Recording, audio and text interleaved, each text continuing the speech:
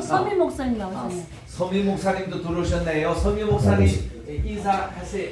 잠깐 하세요. 뭐 문제 못 드시는지. 서미 목사님 반갑습니다. 소리가 잘 들립니까? 소리가 소리가 뭐 이렇게 소리가 안 나. 그쪽에서 안 돼요. 소리가 잘 안 됩니다.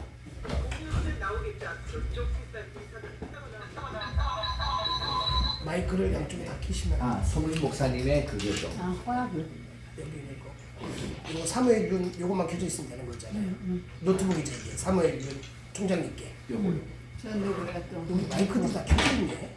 마이크들 꺼달라. 마이크들 다 꺼주세요. 마이크 전체 요걸로 끌면 안 됩니까 이게 여기서? 강경진 목사님이 호스트인데 어. 호스트가 꺼줘야 되는 거. 지금 다 끄고 있네요. 네, 네. 잠깐 개인철 목사님 마이크 좀 꺼주세요. 저 감기 들어서. 운전 중이셔서. 화면을 메인 강사를 향해서 해주시겠어요?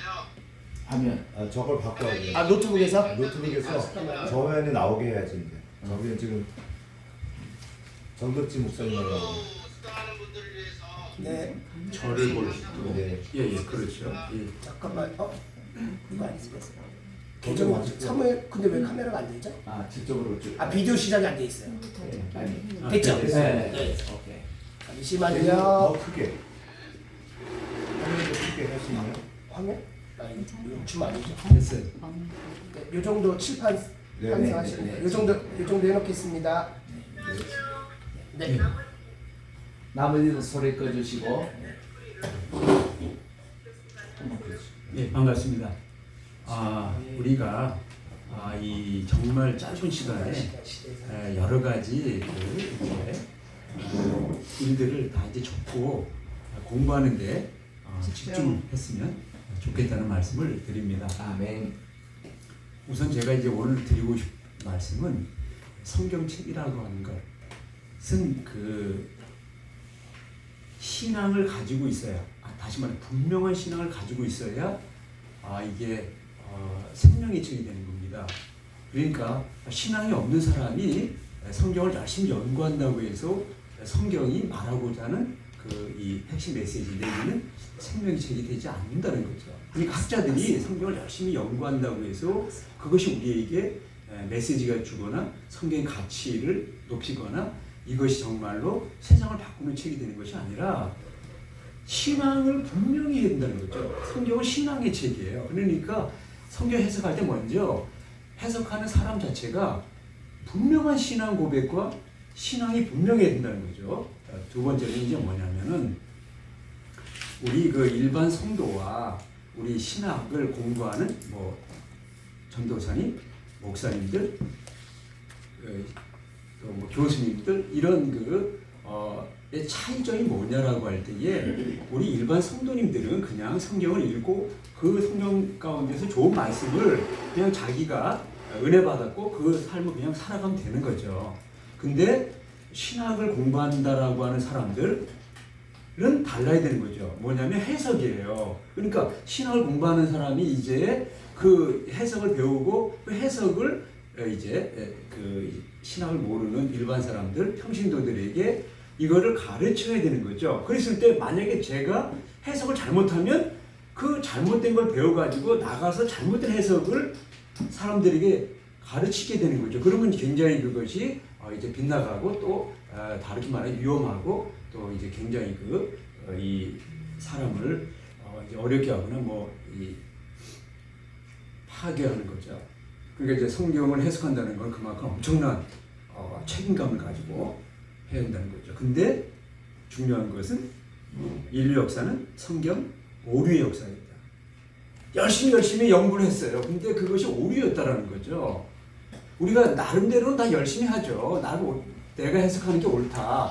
진보는 진보대로, 보수는 보수대로 나름대로 열심히 해석을 해요. 근데 정말로 성경이 말하는 것이 그거냐라고 할 때는 그렇지 않은데 자기 것을 넣는 거예요. 아니면 지금까지 자기가 알고 있는 걸 갖다 거기다가 이렇게 막 집어넣음으로써 성경이 정말로 말하고자 하는 것, 아니면 성경이 진짜 우리에게 들려주고자 하는 걸 못 듣는 거죠. 그런 것이 없도록 하기 위해서 조심스럽게 우리가 접근을 해야 되겠다라고 하는 말씀 먼저 이제 드리면서 공부를 시작하죠. 오늘 우리가 이제 여기 직접 나오신 분도 계시고 또 줌으로 제 강의 듣는 분도 계신데 제가 이제 지난 시간에 말씀했어요. 이 듣는 공부를 우리가 지금까지 했어요. 공부를 저도 뭐 이제 우리 교수님들 통해 가지고 성경책 하나 갖다 놓고 교수님이 이제 자기의 그 배웠던 모든 것들, 생각했던 모든 것들, 믿고 있는 것들을 이제 말로 이제 했어요. 그러니까 우리 듣는 거죠. 근데 보는 것이 중요하다는 거죠. 그래서 제가 이제 오늘 보는 공부를 해야 된다. 그래서 여기 지금 많은 것을 가지고 왔어요. 그러니까 이제 직접 여기 있는 분들은 이제 제가 이제 가지고 온 것들, 여기 매너라부터 시작해가지고 여러 이제 보는 것들을 직접 보는 거 하고 줌으로 보는 거랑 상당히 다르다는 거죠. 예? 그러니까 이제 직접 나오셔야 되죠. 근데 우리가 뭐 사정이기 때문에 못 나올 수 있죠. 그러나 중요한 거는 보는 게 중요하다라고 하는 걸 먼저 말씀을 드리면서 오늘 그 보는 것에 대해서 이제 제가 가지고 왔던 것 그리고 이것이 어떤 의미를 가지고 있는가라고 하는 것을 이제 먼저 말씀을 드리면서 이제 공부를 시작하겠습니다. 자, 우리가 그 언어를 배우는 거예요. 공부한다는 건 언어를 배우는 건데 그 5대 언어가 있어요. 5대 언어. 예를 들어서 우리가 이제 창세기 1장 1절을 가지고 지금 이제 이 5대 언어를 갖다가 얘기를 해보자는 거죠. 창세기 1장 1절. 태초에 하나님이 천지를 창조하시니라. 그럼 이제 창세기 1장 1절이잖아요. 그럼 창세기 1장 1절이 문자 언어로 되어 있어요. 그러다 제가 지금 방금 읽었습니다. 그러니까 그게 음성 언어가 되는 거죠. 그리고 우리가 귀로 듣는 거죠. 태초에 하나님이 천지를 창조했다. 이거는 문자 언어를 음성 언어로 우리가 이제 귀로 지금 들었습니다. 제가 말했고 여러분 들었습니다. 자, 지금까지 우리의 공부는 성경책에 있는 문자를 듣는 거예요. 근데 공부는 거기서 끝나면 안 된다는 거죠. 진짜 중요한 게 뭐냐면 성경에는 그림 언어가 있어요. 이게 지금 그림 언어예요. 이게 전부 다 그림 언어를 제가 지금 가지고 왔어요. 그림 언어. 그리고 제가 책을 갖다 여러 개 갖고 와가지고 보여주는 것도 이게 그림 언어를 말하기 위해서 책을 직접 저술됐고 책이 어디 있다? 그걸 이제 봐야 된다는 거죠. 어디 정확하게 이렇게 보는 거죠. 그림 언어, 눈으로 보는 게 굉장히 중요한 거예요. 우리가 이제 견문을 넓히기 위해서 외국을 여행한다는 건 보기 위한 거잖아요. 우리 이 조선 말기에 대원군의 이 정치액이 실패할 수밖에 없었던 그것은 다른 게 아니에요. 우리가 세국을 할 수도 있고 개국을 할 수도 있는데 보지 않은 상태에서 세국을 했다라는 거예요. 일본은 벌써 그 당시에 수백 명의 사람들이 해외 유럽과 미국을 다니면서 전부 다 보고 와서 우리나라를 어떻게 할 거냐라고 하는 그런 식의 생각을 가지고 이제 개국을 하는 거죠. 근데 우리는 뭐냐면 본 사람이 아무도 없어요. 중국하고 일본의 이제 이렇게 이 사신이 왔다 갔다 하는 것 외에는 우리는 유럽이나 미국을 한 사람도 간 적이 없어요. 1875년 이전까지는요. 아무도 없어요. 우리나라는요. 대원군 자체도 본 게 아무것도 없어요. 그런데 세국을 하는 거예요. 그러니까 이게 보고 나서 세국하는 건 상관없는데 안 보니까 이게 문제가 되는 거죠. 봐야 되는 거예요. 그래서 우리가 선각자라고 하는 사람은 뭐냐 다른 거 아니에요. 선각자는 먼저 본 사람. 선각, 먼저 각. 보고 깨달아가지고 백성에게 내가 먼저 본 거를 가르치는 사람이 선각자. 그러니까 보지 않고는 말을 못하는 거죠. 우리가 봐야 되는 거죠. 그래서 유학이 필요한 거죠. 자, 이제 지금 말하고자 하는 뭐냐면 그림 언어예요. 여기 지금 이게 지금 매너라예요. 이게 그림 언어예요. 매너라가. 네? 매너라죠. 자, 하나씩 보여드릴게요. 근데 매너라 이거 제가 이제 설명할 거예요. 그다음에 이게 이제 작은 매너라. 왜 그래? 여기 지금 샬롬이라는 게 써 있다는 것 때문에 제가 얘기하는 거고요. 이 매너라가 왜 중요하냐면 여기에 지금 요 그림 요거 때문에 제가 이제 자세히 얘기하겠지만 요거 때문에 이 비싼 걸 사왔어요. 이게 지금 3년 전에 제가 이제 두 번째 성지순례를 하면서 학생들과 더불어 이스라엘 땅만 맨 아래 여기 이스라엘 땅이 되면 맨 아래 여기 네게브 사막이 있어요. 바로 그 위에까지 여기 벤구리온이라고 하는 그 이스라엘의 초대 수상이죠. 그 사람이 이제 여기까지 와가지고 뭐냐면 우리가 사막을 개척해야 된다. 그래서 여기를 벤구리온이라고 해요. 여기를 벤구리온 장소.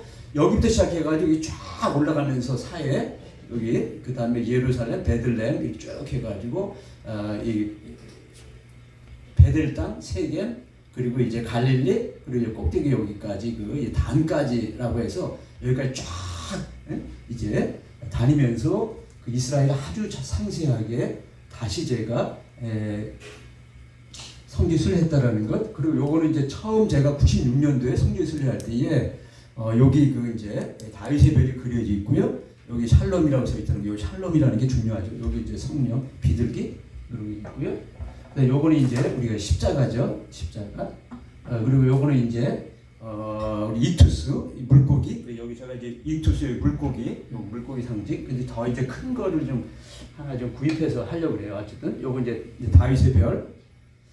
그리고 이제 요거는 이제 베들레헴. 그 예루살렘 옆에 이제 예수님 탄생할 때 거기 가가지고 여기 있어서 제가 다윗의 별이 여기 샬롬이라고 히브리어로 되어 있고, 샬롬 요 같은 의미의 샬롬이고요. 요거는 97년도에 터키 그리스 여행 갔다가 이제 밤모섬에서 그 노파가 1달러면 사라 그래가지고 그냥 불쌍해서 그냥 샀는데, 이거는 지금 너무 귀한 거죠. 왜냐하면 요거는 요한이에요. 사도 요한인데 여기 이마에 하도 기도를 많이 해가지고 여기 혹이 나 있다고 하는 요 의미가 굉장히 중요한 거예요. 그래서 요거 이제 밤모섬의 그 요한인데 이렇게 이제, 그리고 요게 지금 0 더하기 1이 100이다. 이게 굉장히 중요한 의미를 가지고 있어요. 그래서 제가 이걸 보자마자 샀는데, 이건 어디서 샀냐면 2016년도에 LA에서 세계 선교사 대회가 있었어요. 근데 거기 갔다가 이제 열쇠고리가 있어서 제가 이걸 보자마자 샀습니다. 요게 요한복음과 굉장히 관련되어 있어요. 0에다 1을 더하면 100이 된다는 것. 나중에 이제 한번 그 사마리아 여인의 얘기를 하면서 제가 얘기를 하려고 그러고요. 그 다음에 이제 거기서 이제 이스라엘 하면서 이제 다윗의 별이 이스라엘의 이 국기죠. 국기고, 그 다음에 제가 이제 중국 선교사에 있을 때에 그 수촨성에 가서 이제 티베트 옆에 수촨성, 거기는 이제 불교의 나라예요. 불교의 땅인데 그 이 펜더곰의 도시입니다. 그래서 한번 수촨성에 가면 볼 게 많습니다. 거기에 이제 제갈량 유비가 이제 총나라를 세운 곳이죠. 그러면서 거기는 여러 가지 우리가 이 가서 한번 공부할 게 참 많습니다. 아무튼 수촨성에 이제 그 이 성도죠. 한자로 해서 성도. 거기 한번 가볼 필요가 있어요. 요거는 굉장히 중요한 의미가 있어요. 이제 이 메노라 여기에 그려 있는 요건데, 요건 잠깐 좀 설명을 드릴게요. 그 뭐냐면은 제가 이제 중국 선교사였을 때에 어느 가을 학기에 신학교에서 개강 예배를 드렸습니다. 그리고 이제 개강 예배를 마치고 이제 식사 자리를 갔는데, 거기에 마침 같이 앉아서 식사는 한 그 이 백석대 출신의 목사 선교사님이 이제 저하고 식사를 하게 됐어요. 그래서 제가 그냥 통성명 한다고 해서 성함이 어떻게 됩니까? 도마래요. 그래서 제가 이제 어떻게 해서 도마라고 이름을 졌습니까? 했더니 이분이 딱 이런 얘기를 하는 거예요. 자기는 일반적으로 도마가 의심만은 제가 생각하지 않는다는 거예요. 제가 깜짝 놀랐습니다. 왜냐하면 저는 벌써 이미 로마 천하제일서 요한복음을 통해 가지고 도마는 우리가 일반적으로 알고 있는 의심 많은 제자가 아니라 요한 공동체가 본받을 최고 신앙의 모델이다. 그게 이제 인물 상징 코드예요. 그래서 이 책에 다 써놨습니다, 제가. 그래서 제가 이제 그러시냐고 그래가지고 그분을 갖다 이제 모시고 이제 제 사무실에 와가지고 그분에게 책 한 권 드렸습니다. 천하질서 요한복음. 그러면서 이제 그분이 이제 사모님과 더불어 성역 공부에 이제 우리 이제 교회에서 하는 성역 공부에 그분이 나오게 됐습니다. 그럼 제가 이제 이런 말씀드려요. 저는 성경을 갖다가 이 가르칠 때 저는 4가지 상징으로 이 성경 전체를 풀어갑니다. 하면서 제가 이제 이 말씀을 드렸어요. 구약의 2 상징, 이게 이제 메노라, 요거 그 다음에 다윗의 별, 이게 이제 구약의 2 상징이에요. 그리고 신약의 2 상징이 십자가와 이투스입니다. 이 네 개의 상징을 가지고 이게 이제 구약, 구약의 대표적인 상징이고요. 이게 신약의 대표적인 상징 두 개. 그래서 이 네 개를 가지고 성경 전체를 풀어갑니다. 제가 지금 여기 가지고 있는 게 네 개예요. 메노라, 바이세별, 십자가, 이투스. 이 네 개를 가지고 성경 전체 풀어갑니다. 했더니 사모님이 그러는 거예요. 제가요, 목사님 이스라엘에서 요 열쇠고리 샀는데 이거를 보면은 여기에 메노라가 있고 여기 다이세벨이 있고 여기 이렇게 되어 있는 거. 여기 뭐냐면 그 전에는 여기에 물고기에 눈이 없어요. 이거 굉장히 중요해요. 근데 이제 지금은 여기 보면 여기 물고기에 여기에 눈이 있습니다. 요거 눈이 없는데 여기 눈이 있어요. 여기 발전된 거예요. 뭐냐면 이스라엘 많은 우리 크리스찬 여행객이 오니까 이 사람들이 이제 구약을 얘기를 하면서 이제 메노라 다이 했는데 거기다가 기독교의 상징인 이 뜻을 다 넣어놨어. 십자가를 넣는 게 그러니까 십자가를 못 넣고 요거까지 딱 해놓고 요걸 갖다가 메노라 해서 요렇게 이제 만들어 요렇게 해놓은 거예요. 이제 그 자세한 얘기 설명할 거고 그 그림을 칠판에 이르죠. 예. 그래서 그게 이제 요겁니다. 요거예요. 요것도 이렇게 나무로 해가 요렇게 저거야. 요 모습이 정확히 요거예요. 요것도 이제 하나 사가지고 이 사람들이 여기다가 이제 뒤에다가 이제 걸어놓을 수 있게 벽에다 이렇게 걸어놓을 수 있도록 해놓은 거예요. 그래서 요겁니다. 요거. 근데 이제 이렇게 해가지고 걸어놓을 수도 있어요. 걸어놓을 수 있을지 모르겠는데 요 모습이에요. 근데 여러분은 직접 본 거고 지금 줌으로 보는 사람들은 잘 못 볼 수도 있어요. 근데 보는 게 중요하다는 걸 지금 얘기하는 거예요. 그러니까 이게 오늘 수업에 나와야 되는데 내가 오늘 수업에 안 나오면 안 되는데 이거 직접 보는 거예요. 이거 굉장히 중요한 거예요. 셀을 가면 안 됩니다. 여기 있는 거 전부 다 제가 다 중요한 거니까. 어떤 사람은 몰래 가져가는 사람도 있어요. 제 강의에 지장이 있습니다.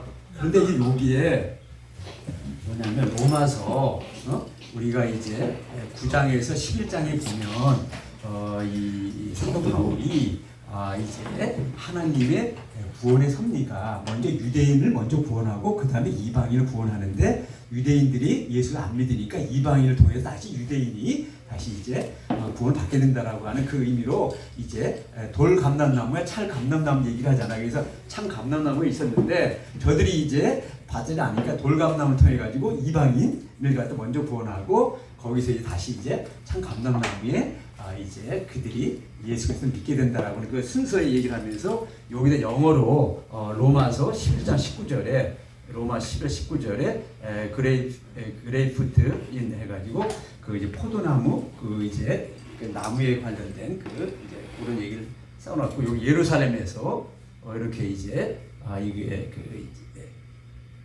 사온 것이라는 뜻이죠. 예루살렘에서 원을 사왔다. 그래서 그분이 저한테 이걸 선물로 준 거예요. 그래서 제가 속으로 그냥 직접 말하니 그러니까 여인아 참 잘하였도다. 제가 강의하는 곳곳마다 당신의 이름이 이제 전해질 것이다. 그래서 제가 지금 전한 거예요. 그 이제 도마 사모님의 지금 이야기가 저를 통해서 계속 전 세계에 나가는 거예요. 그러니까 당신은 저걸 저한테 선물했지만 당신은 저한테 선물을 통해 가지고 전 세계에 당신의 이름이 지금 이렇게 전해지는 성경 어딘가 있지 않아요? 제가 이제 그렇게 하면서 저걸 갖다 제가 아끼면서 이렇게 이제 가지고 있다라는 것을 말씀을 드립니다. 그러면서 보는 게 굉장히 중요하다 이제 그런 거고요. 이 지금 그 그림 언어를 지금 먼저 얘기했고요. 그 다음에 이제 숫자 언어. 그래서 이 메노라는 게 1, 2, 3, 4, 5, 6, 7이라는 거 이게 쭉 이렇게 돼 있어요. 이게. 그래서 이 자체에 하나, 둘, 셋, 넷, 다섯, 여섯, 일곱이라고 하는 숫자가 돼 있잖아요. 그러니까 다윗의 별도 7이에요. 그래서 예를 들어서 우리가 숫자를 갖다 셀 때 삼각형을 1, 2, 3 삼각형 썼잖아요. 이렇게. 요건 이제 중요한 거예요. 그걸 갖다가 대칭으로 1에 대칭 4잖아요. 2에 5, 3, 6. 그리고 가운데가 이게 7이잖아요. 자, 지금 제가 금방 대칭이에요. 1과 4는 대칭이에요. 이렇게 대칭. 이걸 2와 5가 대칭이에요. 3과 6이 대칭이고 그리고 이거는 겉에 6이에요. 겉에. 요거 중심과 주변. 모든 건 중심과 주변이에요. 그래서 이게 좀 이건 주변이에요. 이건요. 주변. 뭐냐? 하나님께서 첫째 날부터 여섯째 날은 주변이고 중량은 일곱째 날. 요게 중심이에요. 요게요.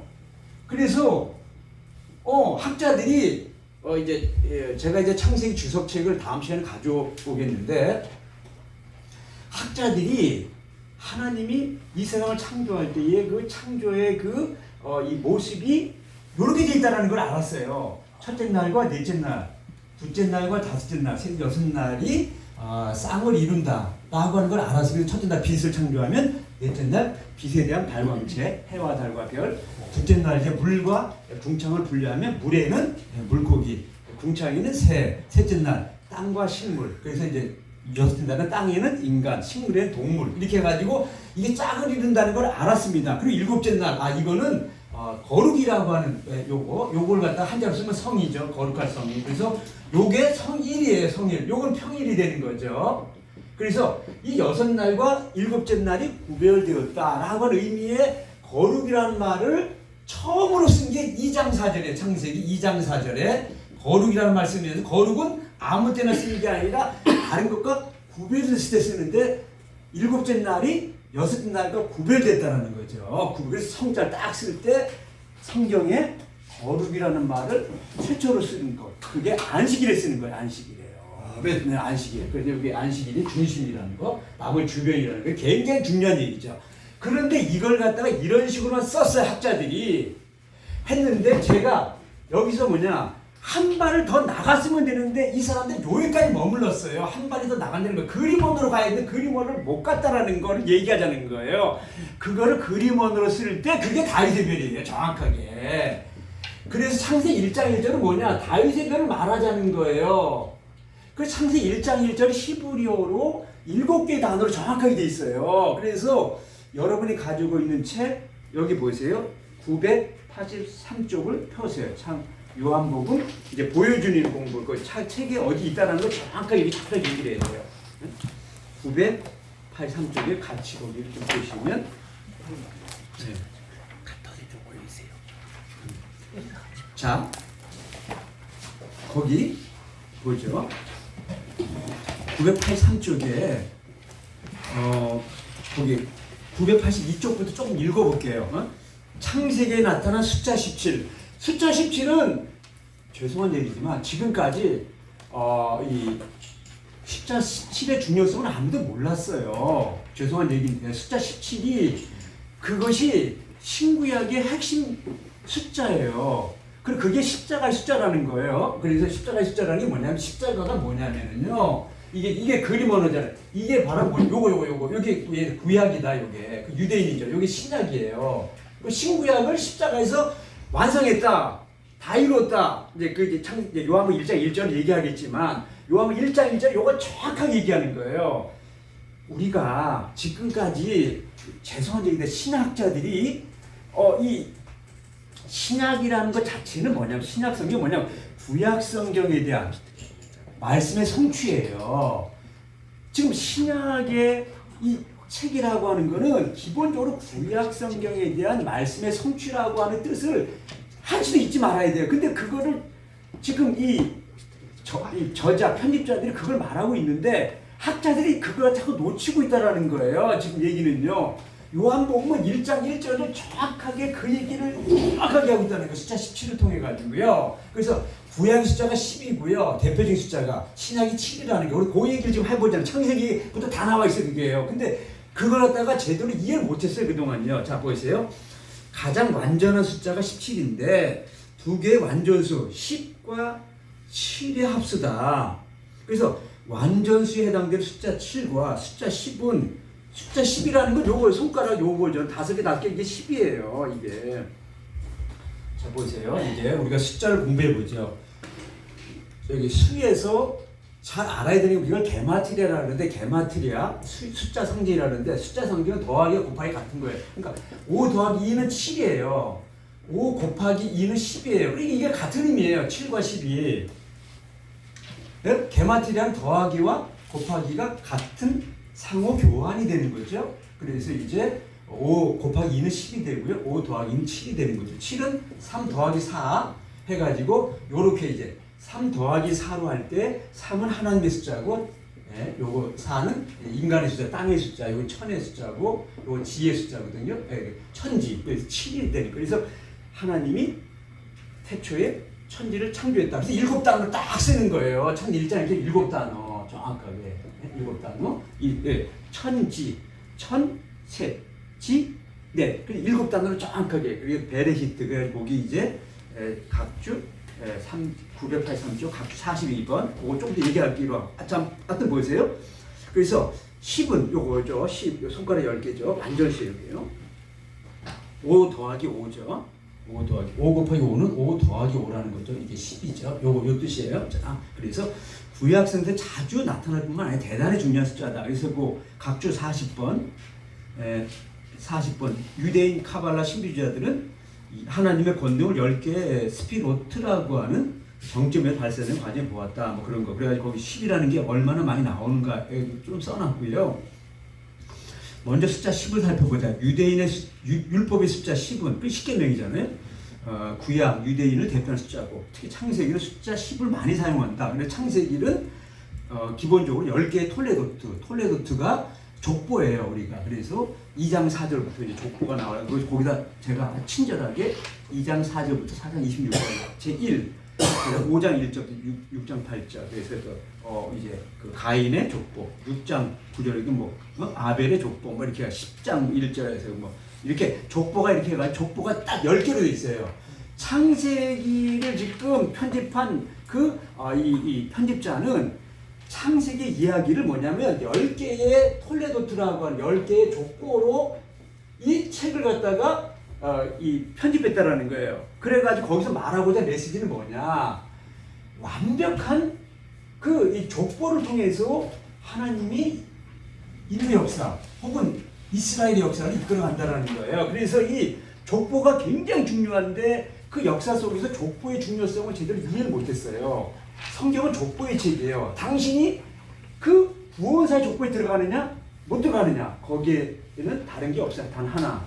하나님을 믿는 신앙이냐 하나님을 믿지 않는 불신앙이냐. 그래가지고 성경은 다른 게 아니에요. 가인과 아벨부터 시작해가 이제는 신앙의 족보와 불신앙의 족보가 인류 역사의 끝날까지 계속하는 거예요. 그 얘기를 써놓은 게 성경책이에요. 성경책이 다른 게 아니에요.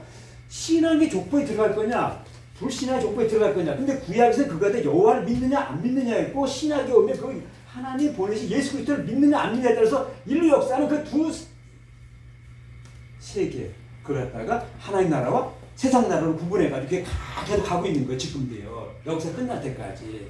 그걸 써놓은 게 성경책이죠. 성경책은 다른 게 아니에요. 신앙의 역사와 불신앙의 역사가 신앙의 역사와 불신앙의 역사, 사람이죠. 그 두 종류가 역사 끝날 때까지 계속 간다. 그 얘기를 써놓은 거예요. 이거 갖다가 신앙의 역사 하나님의 나라를 그리고 불신의 역사를 갖다가 이 세상 나라다. 그 세상 나라 하나님 나라가 싸우는 거예요. 인류 역사는 다른 거 없어요. 이 세상의 역사는 하나님의 나라와 세상 나라가 그 역사가 끝날 때까지 싸움하는 그 역사다. 그 얘기를 성경 창세기 4장부터 시작해 마지막 계시록 끝장까지 그 얘기를 쓰고 있는 거죠. 그래서 세상 나라가 주와 그리스도의 나라가 되고 요한계시록 11장 15절 세상 나라가 주와 그리스도의 나라 하나님의 나라죠. 주와 그리스도의 나라가 되고 계시록 11장 15절의 말씀을 하자는 거예요. 자 여기 해놓고 그 다음에 또한 홍수 이전 아담에서 노아까지 10대 홍수 이후 셈에서 아브라함까지 10대 그래서 10대 20대로 이제 족보를 그려놓은 거예요. 뿐만 아니라 의인 10명 10분의 1 11조 품삯을 10번이나 바꾸는 야곱의 이야기 그러니까 라반이 이제 야곱을 갖다 계속 속이는데 당신이 당신이 형을 속였잖아. 그러니까 너도 속임을 당해야 돼. 뭐냐? 굉장히 중요한 얘기예요. 제가 지금 조선의 치유란 저 책을 통해서 하고자 하는 메시지는 뭐냐면 인간이 하는 모든 건 전부 다 심판이에요. 그것이 정치적으로 지금 누가 대통령이 됐느냐 된 사람도 심판이고 안 된 사람도 심판이에요. 전부 다 심판이에요. 역사는 인간이 하는 모든 건 심판인데 하나님의 심판 아래 전부 다 있는 거예요. 근데 우리는 그 하나님의 심판 아래 있다는 걸 잘 생각 안 할 때 뭐냐면 불의 속에 자기가 몸을 담아도 심판 안 받을 수도 있어. 아니요. 네가 하는 모든 행위들 다 심판 받게 돼 있어. 단지 그게 좀 더 빠르냐 늦느냐 그뿐이지 다 똑같이 다 심판 심판받는 거 하나님. 그래서 하나님 앞에 바르게 살아야 된다. 굉장히 중요한 얘기죠. 의롭게 살아야 되죠. 하나님 앞에서 바르게 살아야 됩니다. 그렇지 않으면 네가 했던 모든 것들은 다 그거에 대해서는 대가를 다 받아야 된다는 거죠. 성경은 하나님이 역사를 주관하기 때문이라는 거죠. 그래서 이제 첫 번째 창조 기사 창세기 1장 1절, 2장 3절, 내지는 4절, 거기까지 4절 A까지 나오는 하나님 이르시되가 10번 나와요. 종류대도 10번 나와요. 지금 우리가 이거 여기서 잠깐 제가 얘기를 멈춘 뭐냐면 우리가 금방 공부를 시작하기 전에 우리 윤사무엘 목사님이 오늘 제가 읽으려고 했던 그 요한복음 1장 1절 18절 읽었어요. 근데 그게 맨 앞에 나오기 때문에 그거 시작해. 근데 요한복음 전체의 요약이에요. 그게 요약. 그 앞대목은요, 논문을 쓸 때 우리가 논문을 이거 본문을 다 쓰고 나서 마지막에 이제 맨 앞에 서문을 결론과 짝을 맞춰 쓰는 거예요. 그러니까 이걸 알려면 이 전체를 알아야 이게 나오는 거죠. 그만큼 이제 어려운 내용을 다 이제 축약해 놨다는 거예요. 창세기도 마찬가지예요. 창세기 1장 1절로 2장 4절은 맨 앞에 나오기 때문에 그것이 아주 먼 옛날 얘기로서의 이야기로 우리가 일반적으로 생각하는데 그게 아니에요. 창세기 전체를 갖다가 이 편집한 사람이 다 창세성을 놓고 나서 맨 마지막 앞에다가 딱 갖다 놓으면서 이것이 가장 핵심들이 여기 다 들어있는 거예요. 창세기 여기 1장 1절로. 그리고 가장 어려운 대목이에요. 여기 다 있어요. 여기는요. 2장 4절까지 여기는. 그래서 요거는 뭐냐면 창세기 1장 1절로 2장 4절의 말씀은 뭐냐면 모세오경이 편집될 때 이거 맨 앞에 딱 갖다 놨어요. 이걸요. 근데 그 이후에 2장 4절부터 3장까지는 오히려 더 옛날 얘기고 오히려 창세기 앞에 있는 것이 이제 피전승이라 해가지고 이제 제사절 전승이라 이게 나중에 맨 앞에 딱 갖다 놨을 때 이거는 뭐냐면 이 시대 상황 속에서 지금 그 이 편집자가 말하고자 하는 메시지가 거기에 다 들어있어요. 그러니까 다시 말하면 창세기 1장 1절로 2장 3절을 이해하려면 구약성을 전체를 알아야 그 대목이 해석된다 그 얘기를 하는 거예요. 제일 어려운 대목이에요. 그게요. 앞에다 갖다 놓은 거죠. 모든 얘기를 하면서 그거 갖다가 앞에다 딱 먼저 갖다 놔요. 시편도 뭐냐면 전체 얘기를 1장 1편에 딱 갖다 놓는 거예요. 복 있는 사람은. 이게 굉장히 중요한 거예요. 그래서 1편과 2편이 시편 150편 전체에 가장 중요한 모두 해석할 수 있는 핵심 키 시편이기 때문에 1편, 2편을 알면 다 아는 거예요. 그러니까 1편, 2편이 맨 나중에 딱 갖다 놓는 거죠. 시편도 맨 앞에. 그걸 아셔야 돼요.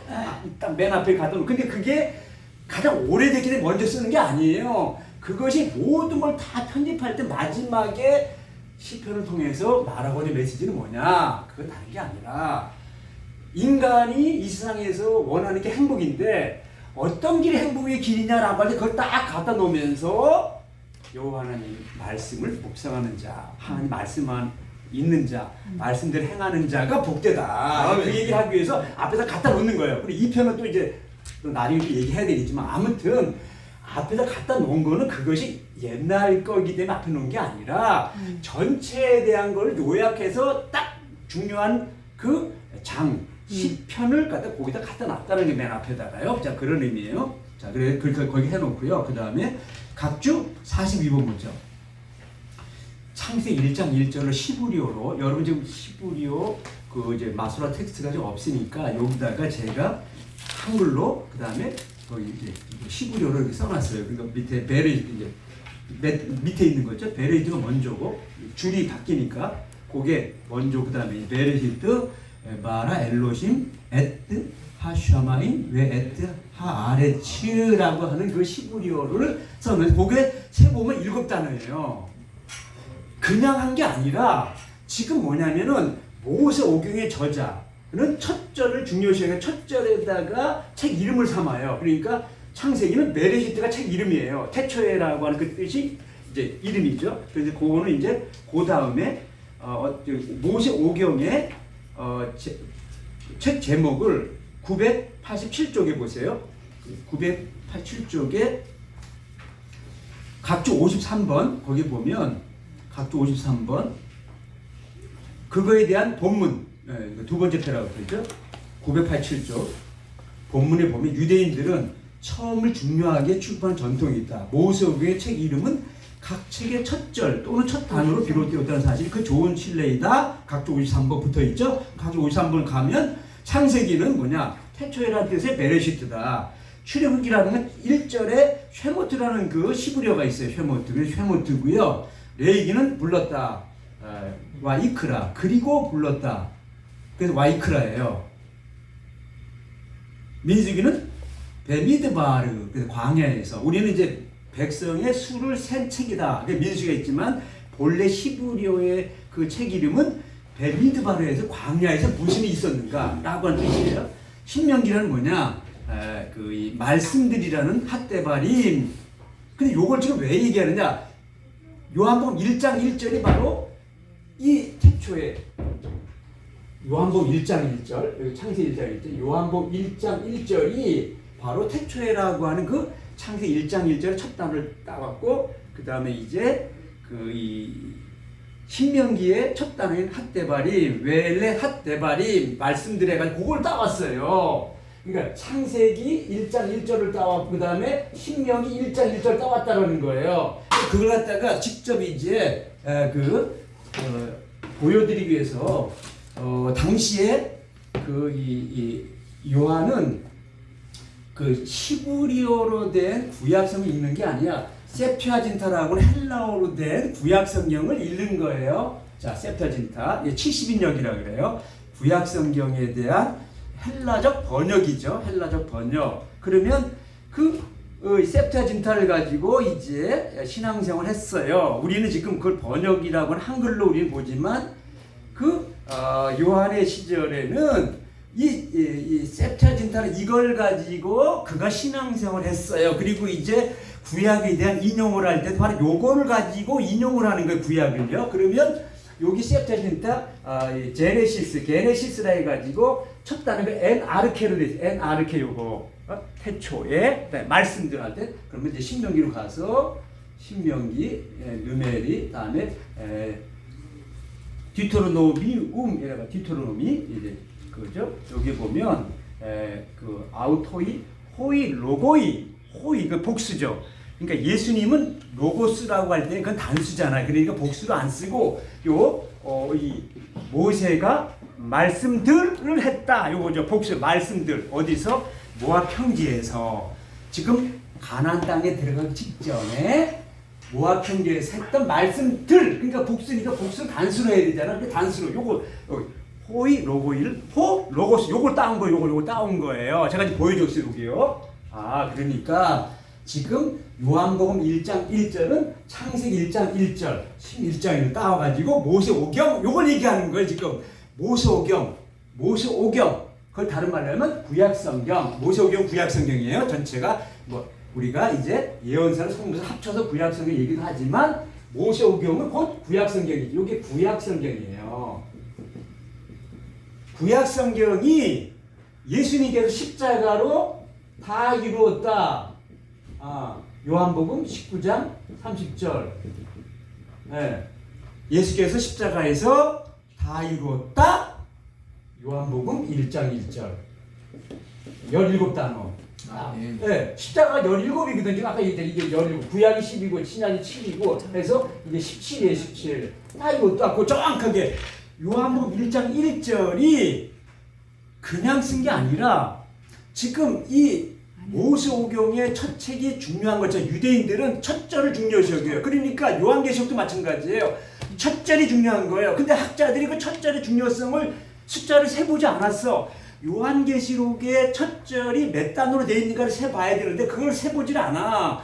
요한복음 1장 1절이 17단으로 되어 있다는 걸 세보지 않았어요. 2000년 동안 그걸 세봐야 되는데 1절이 중요하다라는 거예요. 그래서 이제 여기 요한계시록 요 책에 첫 절의 중요성 해가지고 그 이제 304쪽에 여기 보면 그 요한계시록의 첫 절, 요한복음의 첫 절이 왜 중요하냐면 이 사람들이 지금 이제 박해 시절에 자기가 하고 싶은 얘기를 첫 절에서 담아놓는데 첫 절의 중요성을 구약성경의 구약학자인 제가 첫 절이 중요한 거야. 내가 다 볼 수는 없어. 첫 절을 먼저 그 단어가 몇 단어로 되어 있는가를 세봐야 되는데 이 사람들이 그걸 생각을 못하는 거예요. 요한복음은 첫 절이 17단어로 되어 있다는 게 십자가 시절에 정확하게 되어 있다는 거예요. 계시록은 뭐냐면 1장 1절이 28단어로 되어 있어요. 왜 살 단어냐? 28이라는 건 뭐냐? 14 더하기 14예요. 14 더하기 14. 14가 뭐냐? 14가 다윗이에요. 다윗.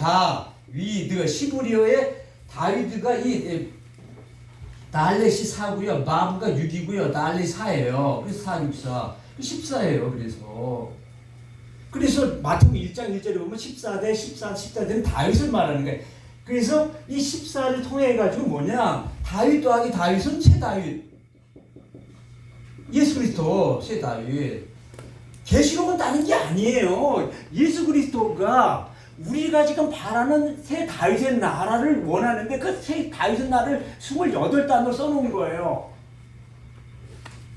새 다윗의 나라.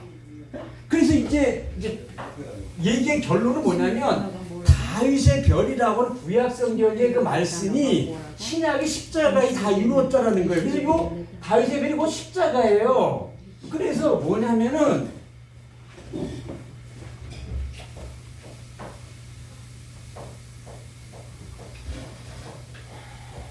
요거요.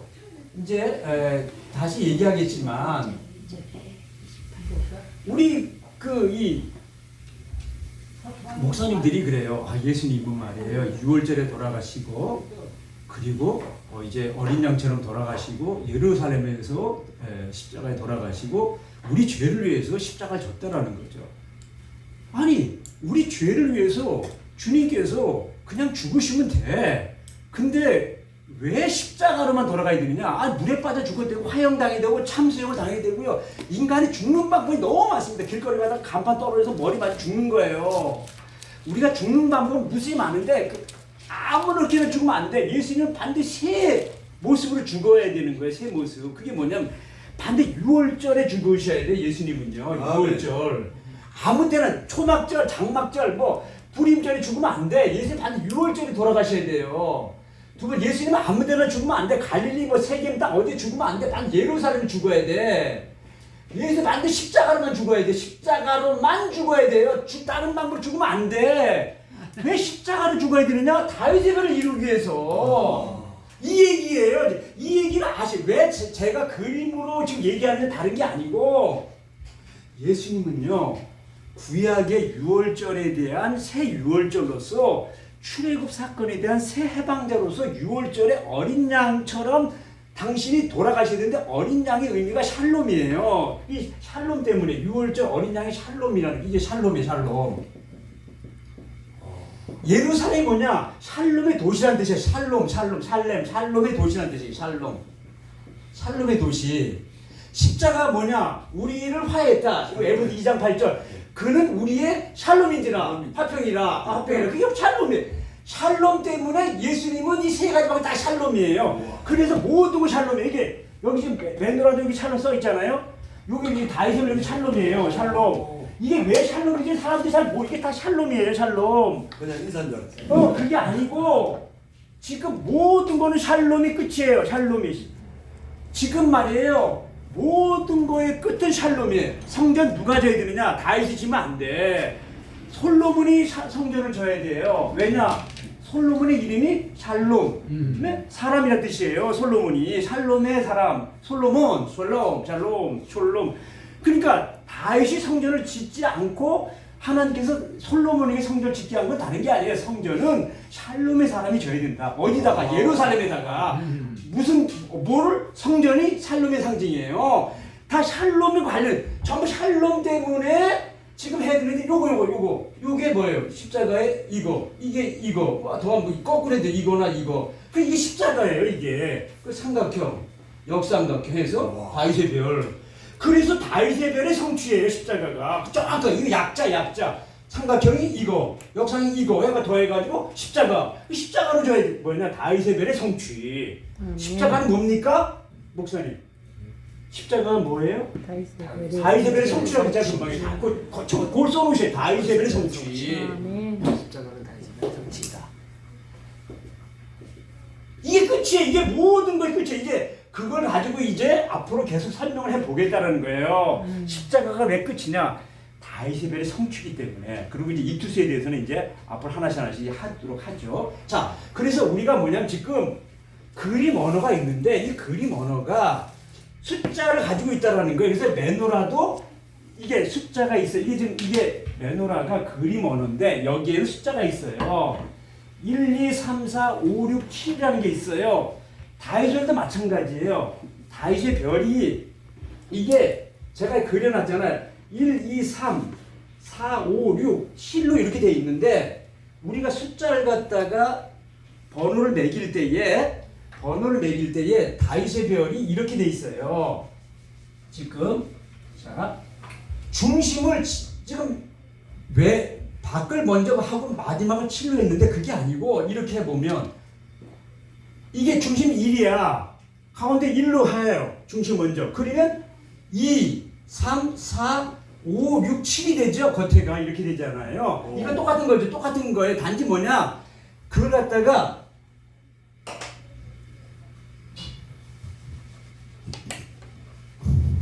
이제 우리가 앞으로 성전을 얘기해. 성전이 어떻게 되냐면 정확하게 다윗의 별과 십자가로 돼 있어요. 성전이요. 근데 그걸 그동안 몰랐어요. 성전이 다윗의 별을 말하는 거다. 그래가지고 성전에 이게 뜰이 있어요. 뜰이 3개가 있고요. 그 다음에 성소에 3개가 있고요. 지성소에 하나가 있어요. 그 여기 이게 성막문, 여기 물두멍, 번제단, 그리고 여기 메노라, 등잔대, 그 다음에 여기 떡상, 여기 분향단, 여기 법궤가 있어요. 법궤. 다음엔 법궤를 한번 가져와 볼게요. 그래가지고 이제 여기서 숫자를 세는 거예요. 여기서 세는 거예요. 그러면 1, 2, 3, 4, 이 메노라가 가운데 4예요. 그리고 이제 5예요. 6이고 이게 법궤가 이게 7입니다. 7. 가장 중요한 거 7. 여기서 볼 때 1, 2, 3, 7이죠. 근데 거꾸로 해야 돼. 여기서부터 보면 뭐예요? 이게 1이잖아요. 이제 거꾸로. 여기서 보면 이게 1이에요. 법궤가 1이 가장 중요한 거죠. 이 7이 가장 중요해요. 1과 7은 뭐예요? 같다는 뜻이죠. 번호를 어떻게 붙이냐에 따라 달라진다는 걸 얘기하는 거예요. 번호를 먼저 붙이느냐, 나중에 붙이느냐에 따라서 성전을 보면 여기서 보면 1, 그 다음 이게 2죠. 이게 2고 이제 3, 4, 5, 6, 7이 되죠. 뭐예요? 성전을 여기 이제 이 동쪽에 서쪽으로 보느냐 아니면 서쪽에서 동쪽으로 보느냐에 따라 달라요. 똑같은 의미라는 걸 먼저 아셔야 돼요. 먼저요. 그래서 그 번호를 어떻게 붙이느냐. 왜 이 얘기를 하느냐? 다른 게 아니에요. 1번이 지금 메노라 1번이 7번과 연결되자 이렇게 이제 관이 이렇게 연결돼 있잖아요. 1번. 근데 메노라는 뭐냐면은 메노라는 가운데 중심축이 번호를 1, 2, 3, 4가 중심축이에요. 메노라는 4를 강조하는 거예요. 4 가운데 축이 4번 4. 이걸 왜 얘기해? 글을 쓸 때 우리가 글을 쓸 때 1에서 10까지 줄 때 가운데를 강조하느냐 양쪽 끝을 강조하느냐에 따라서 그 주장하는 게 달라진다는 걸 말하자는 거예요. 글을 쓰잖아 우리가 글을. 근데 내가 이 글을 쓸 때 그 글을 가운데를 내가 강조하고 싶다. 그건 메노라 구조라는 거예요. 가운데를 강조하면 메노라 구조. 네? 가운데. 네. 네. 가운데. 네? 여기 이렇게 해가지고 이 가운데를 강조하면 이게 4번이야. 번호를 얘기하면 4. 가운데를 강조하면 이거는 메노라 구조고 양쪽 끝을 강조하는 거야. 1번과 7번을 강조해. 1번과 여기 1번과 7번 이렇게 해가지고 7이잖아. 1번과 7번 양쪽 끝을 강조하면 그거는 다윗의 별의 구조다. 그 얘기를 하는 거예요. 예? 1번과 7번 끝 양쪽 끝을 강조하면 그거는 다윗의 별의 구조라는 거예요. 다윗의 별의 구조. 지금 말이에요. 요한복음 기자가 요한복음 전체를 어떤 식의 구조로 이걸 갖다가 썼느냐라고 할 때 양쪽 끝을 강조하느냐, 가운데를 강조하느냐. 가운데를 강조하면 메노라 구조로 돼 있는 거고요. 양쪽 끝을 강조하면 다윗의 별의 구조로 돼 있다. 그랬을 때에 요한복음은 메노라 구조로 돼 있어요. 계시록은 다윗의 별의 구조로 돼 있다는 거예요. 즉 그 얘기를 하자는 거예요. 그걸 알아야 요한계시록 2장 3장에 나오는 7교회와 그 7교회가 이쪽에서 이제 성취된다라는 거. 하늘에 예를 내려 양쪽 끝을 맞아 떨어지게 하는 거예요. 구조를. 근데 이거를 모르는 학자들이 요한계시록의 구조를 갖다 머리를 짜내가지고 이걸 막 하는데 그러다가 나중에 가운데를 강조하고 있대. 요한계시록 가운데는요, 뭐 별로 의미가 없는 거예요. 그거는요. 이 양쪽 끝을 강조하기 위해서 이거 설명하고 있는 거지. 양쪽 끝을 강조하자는 지금 교회가 도움에 대한 황제에 의해서 지금 핍박을 받는 2장 3장의 그 7교회의 모습을 여기 와가지고 하나님께서 이제 새 예루살렘 오게 함으로써 이제 우리의 이 고난당하는 상황을 하나님께서 이제 해방시켜주고 구원해 줬다. 구원의 교회가 되었다. 새 예루살렘이다. 새 하늘과 새 땅이 왔다. 그 얘기를 하자라는 거예요. 그걸 자세히 얘기하겠지만, 그래서 지금 이 지금 저자가 어디를 강조하느냐라고 할 때 가운데를 강조하는 구조로 되어 있으면 그거는 메노라 구조라 그리고요. 양쪽 끝을 강조하는 그건 다일세벨의 구조다. 그 얘기를 하는 건데 이걸 학자들이 몰라가지고 엉뚱한 얘기를 하고 있다라는 거예요. 지금 그걸 알아야 이 구조가 그냥 거기다 갖다 넣기만 하면 되는 거예요. 지금 뭘 말하자면 하는 거냐면 우리는 막연하게 우리가 가지고 있는 이 현실에서 한국 사람으로서 여기서 그냥 성경을 보면서 우리 하는데 그게 아니고 그 유대인들의 상황 그리고 그가 유대인으로서 자기가 그동안의 풍습, 문화, 그 배운 거, 그 보는 거 그래서 회당이 딱 들어가면 왼쪽에 메누라, 오른쪽에 다윗이벨이 늘 그거 보고 자라는 거예요. 늘. 그래서 그거 가지고 자기네 하고 싶은 모든 얘기 다 써놓는다. 그 얘기를 하자라는 거예요. 지금요. 그러니까 우리는 그게 익숙하지 않아. 수업 시간에 목사님, 교수님 가져왔으니까 보는 거지. 보통 내가 못 봐. 어디 메누라고 다윗이벨 보는 사람 어디 있어. 우리는 수업 시간에 잠깐 보는 건데 그들은 그게 아니야. 매 주일마다 맨날 그거 보고 자라는 거예요. 맨날 그거 보고 가지고 자기가 하고 싶은 생각이나 어떤 글이나 그런 숫자나 이런 거를 맨날 다이제벨을 가지고 얘기를 한다라는 거를 말하자는 거야. 리얼한 현실로 설명을 해야 된다는 거예요. 지금 얘기는요. 그래서 여기까지 하고요. 그 다음에 이제 행동 언어는 뭐냐? 몸짓 언어죠. 그래서 태초에 먼 옛날에 하나님이 예? 하늘과 땅을 만드셨다. 뭐 이렇게 얘기하면 이게 이제 행동 언어죠. 우리가 몸짓을 하는 거죠. 예언자들이 이제 말을 할 때 말로 하지 않으니까 그냥 이런 그 항아리 가지고 와서 사람 본 앞에서 깨면서 뭐냐 봐라 이게 바로 이스라엘의 지금 나라가 망하는 모습을 이렇게 그리고 있다든가 뭐 이거 아니면 뭐 배띠를 갖다가 사가지고 묶었다가 조금 있다가 이제 뭐 유프라데 강 묻었다가 3개월에 보니까 뭐 그게 썩었더라. 봐라 우리 지금 이스라엘 백성의 모습이 다 썩은 하나님 보시기 다 썩은 백성이기 때문에 이 나라 망할 것이다. 뭐 이런 등등의 몸짓으로 하는 거죠. 그래서 이제 그 행동 언어가 있다. 그래서 5대 언어예요. 그런데 우리 이제 여기까지 했는데 이거로 공부를 해야지만이 가장 구체적으로 모든 것을 제대로 볼 수 있다. 요거죠. 자 여기까지 하고요.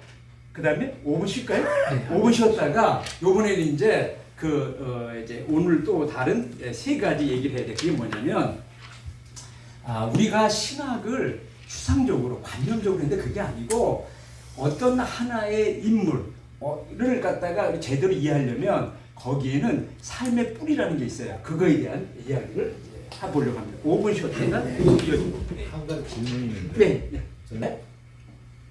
그 어떤 한 인물을 알기 위해서는 3가지 배경이 필요하다는 거예요.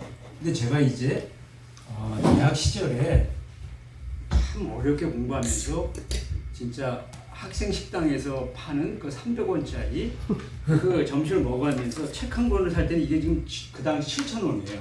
그 당시 설렁탕이 700원에서 800원이었는데 이거 한 권 사려면 30-10그릇을 먹을 수 있는데 그런 식으로 해가지고 제가 4년 동안 진짜 설렁탕 한 그릇을 못 사 먹고 무수히 많은 책을 뭐 프랑스 문학사, 독일 문학사, 러시아 문학사, 무슨 뭐 사회사상사부터 시작해가지고 온통 책 사보느라고 제가 이제 제대로 먹지도 못하고 대학교 책닦기 딱 끝날 때 제가 이제 피파하면서 이제 폐결핵을 알았다는 걸 알게 됐는데 굉장히 그 눈물의 책이에요. 그러니까 그 어려운 시절에 정말 왜 사회사상자를 내가 사봐야 됩니다.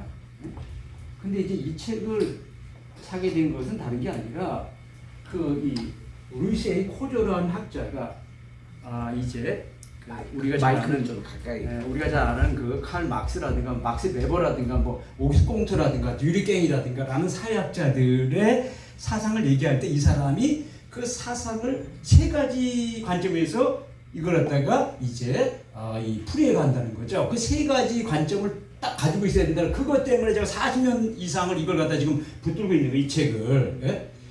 뭐냐면 그 개인적 배경이 뭐냐, 쉽게 말하면 출신이에요. 그 사람이 지역이 어디냐, 예를 들어서 아니면 그 집안이 예를 들어서 이 왕 귀족이냐, 아니면 평민이냐, 아니면 노예냐부터 시작해가지고 우리를 얘기하면 지금 뭐 재벌의 아들이냐, 아니면 무슨 뭐 회장의 아들이냐, 아니면 농민이냐, 뭐 어부냐, 뭐 등등 이렇게 얘기할 수 있는 거잖아요. 그게 출신이에요. 개인이 그 출신이 어디냐라고 하는 거죠. 그러니까 이제 성경으로 얘기하면 사도 요한은 갈릴리라고 하는 철저한 그 자기의 그 개인적 배경을 가지고 있죠. 갈릴리 출신이고 어부라는 거죠. 이걸 놓치면 안 되죠. 어부라고 할 때 제가 그걸 반대로 얘기하면 학자가 아니에요. 지금 우리가 지금 이 사도 요한을 학자로 자꾸 알고 있으면 그건 전혀 다른 얘기예요. 그건 어부예요, 어부. 갈릴리 사람이에요. 예루살렘 사람이 아니다 그 얘기예요, 지금. 난 지적 배경. 그 사람이 누구한테 배웠느냐? 누구한테 배웠느냐라는 거죠. 그러니까 사도 바울을 얘기할 때 사도 바울은 길리기아 다소 출신인데 이 사람이 예루살렘에 와가지고 실레의 제자인 가말리엘, 그 다음에 최고의 석학이죠. 실레의 제자인 가말리아 문화에서 공부한 사람이에요. 자, 사도 바울은 우선 예루살렘 관련돼 있고, 그렇죠? 그 다음에 이제 지적 배경으로 실레의 제자인 가말리엘 문화에서 배운 학자예요. 바울은 학자입니다. 그러니까 사도 요한하고 전혀 다른 배경 아래 있는 거죠. 지적 배경이 예루살렘의 가말리엘 밑에서 배웠다라는. 그래서 그 바울 서신에는 갈릴리아 사마리아 말이 안 나옵니다. 왜? 자기는 사마리아와 갈릴리 아무 관계가 없어. 바울은, 사도 바울은. 우리 이런 걸 아셔야 돼요. 다시 말합니다. 사도 바울은 갈릴리나 사마리아하고는 아무 관계가 없어요. 그러니까 사도 바울의 서신에는 갈릴리 사마리아가 안 나옵니다. 그 단어가. 지적 배경이 그런 학자로서 이제 그 가말리엘 밑에 배웠다라는 거죠. 근데 사도 요한은 뭐예요? 예수 만나가지고 예수의 제자죠. 다시 말합니다. 사도 요한은 예수님의 그 부름받아 갈릴리 해변가에서 예수를 만났다라고 예수님의 제자가 되는 거예요. 그래서 그는 예수의 제자라는 그걸 알고 있어야 돼요. 예수님한테 배웠다는 거예요. 사도 바울, 요한은요. 사도 바울은 이제 가말리아에서 배웠다는 학자. 자, 그게 다른. 그다음 사회적 배경. 예를 들어 사도 바울은 60년대, 50년대에 이제 선교 활동을 하면서 그런 그 시대적 배경에서 그 바울 서신이 나오는 거죠. 예를 들어. 근데 요한은 30년 어간에 예수님 만나고 난 후에 예수님의 십자가 부활 선교가 초대교회가 탄생하는 걸 보고 그러고 나서 이제 50년, 60년 지나면서 이제 인생의 모든 경험을 다 마친 후에 90년대 어간에 이 도미세 황제의 이 박해 상황, 다시 말하면 지금 바울이 얘기한 50, 60년대와 지금 요한복음이 사용된 90년대는 상황이 다른 거예요. 완전히 사회적 상황이 완전히 달라요. 박해가 여긴 별로 없었어요. 이때는요. 특별하게 복음을 전할 때 어려움이 있겠지만은 여기는 황제 숭배라고 하는 철저한 박해 상황에서 요한복음과 요한계시록 쓰여진 적이 있다. 사회적 상황이. 그러니까 요한복음과 요한계시록은 같은 시대 상황이에요. 근데 출신이 완전히 다르다라는 걸 좀 얘기하려고 하는 거예요. 자, 얘기합니다. 제가 그래서 이런 걸 갖다가 우리 신학적으로 얘기하면 이걸 찌찐 레벤이다. 이게 독일어인데 이게 situation in life, 삶의 정황이다. 삶의 정황. 영어로 쓰면 situation in life, L-I-F-E, life 이거지 영어 situation. 근데 그거 갖다가 학문적으로는 트레디션, 전승이다. 어떤 전승을 가지고 있느냐, 그 사람이 이걸 갖다 알아야 되는데, 자, 지금 얘기한 굉장히 중요한 거. 신약성경 27권은 주 1세기 이후에 나왔다라는 거예요. 자, 주 1세기. 그래, 주 1세기에 저자들이 갖다 썼어. 네? 뭐, 사도 요한이든지, 뭐, 사도 바울이든지, 뭐, 이 시브리에서 저자이든지 하여튼, 주 1세기. 그러니까 학자들이 뭐냐면, 신학자들이 뭐냐면, 그래, 신약성경은 주 1세기의 작품이니까 주 1세기의 공동체, 뭐 요한 공동체, 베드로 공동체, 바울 공동체 주 1세기의 시작이 거기 시작해. 근데 아셔야 되는 게 뭐냐면 그 저자가 주 1세기의 저자지만 그 사람의 뿌리는 구약부터 내려오는 오랜 전통이 있다라는 거, 이거를 지금 모르고 있다라는 거예요. 그래서 제가 이제 제 개인적인 얘기를 할게요. 2002년도 한일 월드컵이 끝났어. 근데 우리 이제 가족들이 처음으로 해외여행 한번 같이 가자. 그래가지고 몽골에 이제 가게 됐습니다. 울란바토르에. 그 제가 이제 몽골에 가면 나는 말을 좀 타보고 싶다. 왜냐면 그 몇 년 전에 제가 이제 제주도에 여행 갔다가 제주도에서 이제 말을 타는데 이게 말 타는 기분이 안 나. 하여튼 그래서 이제 내가 몽골에 가면 진짜 한번 말을 제대로 타봐. 칭기스칸의 후예처럼 내가 한번 이 말을 한번 타봐야겠다 해가지고 말을 제가 이제 탔어요. 그리고 이제 거기서 이제 흡수굴이라고 저기 서쪽 끝에 저쪽 그 바이카호스 그 바로 밑에 흡수굴이라는 데 있어요. 거기서도 말을 탔어요. 아무튼 근데요 중요한 얘기라는 거예요. 말을 탁 타고 달리는데 그때 제가 깜짝 놀랐어요. 내 혈관 속에 고구려 기만민족의 피가 흐르고 있어요. 무슨 얘기냐면요. 사람들이 저를 박 교수님 서울에 태어났어. 그리고 서울에서 학교 다녔고 서울에서 그동안에 살다가 이제 45살 넘어가지고 뭐 대전에 가고 그다음에 또 거기 또 교수직을 내려놓고 또 중국 선교사 갔다 오고 아니면 여기 여러 나라 여행을 했다고. 박 교수님은 서울 사람이야. 라고 나를 알고 있으면 그런 나의 절반만 아는 거예요. 나의 또 다른 절반이 뭐냐? 나의 뿌리는 뭐냐? 우리 아버님이 함흥 사람이에요. 함경남도.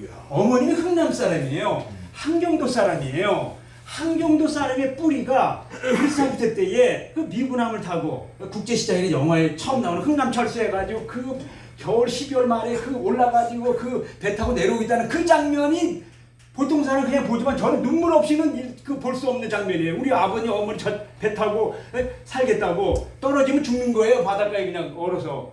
그리고 뭐 이상 가지고 생기고 난리가 나는 그 통에 바로 그 미군함을 타고 내려와가지고 거제도 그다음 부산 거 서울에 지금의 대학로 뒤에 있는 낙산에서 저를 낳게 되는 거예요. 나의 뿌리는 함경도예요. 함경도의 뿌리 속에 내가 고구려의 피가 흐르고 기만민족이 흘러가 내가 이 다닐 때마다 이 기만민족이 이게 나오는 거예요. 그러면서 깜짝 놀랐어요. 내가 이게 좋아하는 사람이 많이 있지만 내가 진정으로 존경하는 사람은 함경도 사람이라는 앞에 내가 뒤집어진 거예요.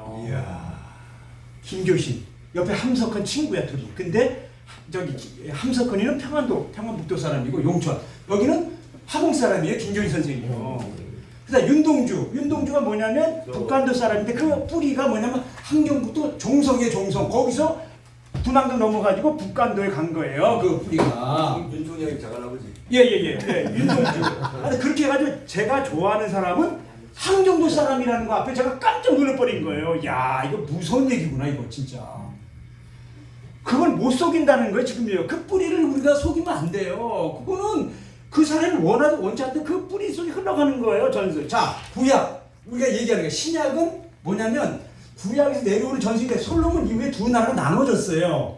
그래가지고 이게 922년에 나눠져요. 예수님 당시까지 천년의 세월이 흘러간 거예요. 그동안에 북왕국 사람, 북왕국 갈릴리에서 그 바닷가에서 고기 잡는 사람은 거기서 그냥 살아가는 거야, 자기네가. 근데 갈릴리는 이 북왕 전통 모세 전통이에요. 그리고 거기 예언자 전통이고 이게 말씀 전통이에요. 이게 북왕국이에요, 북왕국. 그 남왕국은 뭐냐면은 유다 전통이에요. 예루살렘이고 예루살렘은 다윗 전통이죠. 그리고 거기는 왕 제사 전통이고 성전 전통이에요. 이 사실을 정확하게 알아야 신약 성경이 지금부터 제대로 해석돼야 돼. 이걸 모르니까 지금 성경을 제대로 해석을 못하고 있다는 거예요. 결론이 뭐냐? 신약 성경 27권 가운데 이거 아무 책에도 없어요. 제가 처음 얘기하는 거예요. 신약 성경 27권 가운데 두 권이 북왕국이에요. 25권은 남왕국이에요. 아무도 몰랐어요, 이걸요. 지금 뭐냐면 이 신약성의 마태복음부터 시작할 때 이게 남왕국 전통이냐 북왕국 전통 그것부터 따져야 되는 거예요. 그래야 그 해석이 되는 건데 학자들이 전혀 그걸 생각을 안 했던 거예요, 지금까지.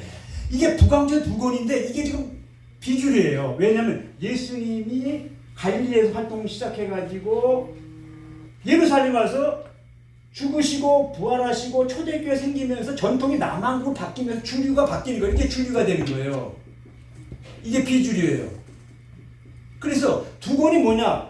마가복음과 요한복음이 여기 북왕국이에요. 여기 마가와 요한복음이. 그 남한국 나머지 마태복음부터 계시록까지 전부 다 이게 남한국이에요. 요거를 아셔야 이때부터 이제 해석이 시작되는 거예요. 그래서 이제 한 가지만 예를 들어보는 거예요. 우리가 평양이라고 발음을 할 때 북쪽 사람은 피양이라고 발음을 해요. 우리가 예루살렘이라고 번역하는 책의 원문을 보면 요한복음과 계시록은 완전히 번역이 달라요. 마가복음하고 요한복음만 히에로 솔리마로 돼요. 다시 말합니다. 이 북왕국 전통이 북왕국 전통이에요. 북왕국 전통에서는 그 예루살렘을 히에로 솔리마라고 하는데 여기 마가복음하고 요한복음만 이렇게 불러요. 그리고 나머지 책은 전부 다 예루살렘으로 부르는 거예요. 시에루살로 이렇게 살렘 이렇게 부르 시에루살렘 이렇게. 그래서 그거를 시에루살렘. 그래서 여기 이제 우리 여기 보면 시에루살렘 할 때 여기 저기 요한복음하고 마가복음만 없어요. 예루살렘으로 발음하는 게. 다 시에루살렘으로 발음해요. 그리고 마태와 누가는 두 개 동시에 써요. 왜냐면 마가복음을 따가지고 쓰다 보니까 마태와 누가는 그 두 개 동시에 막 써.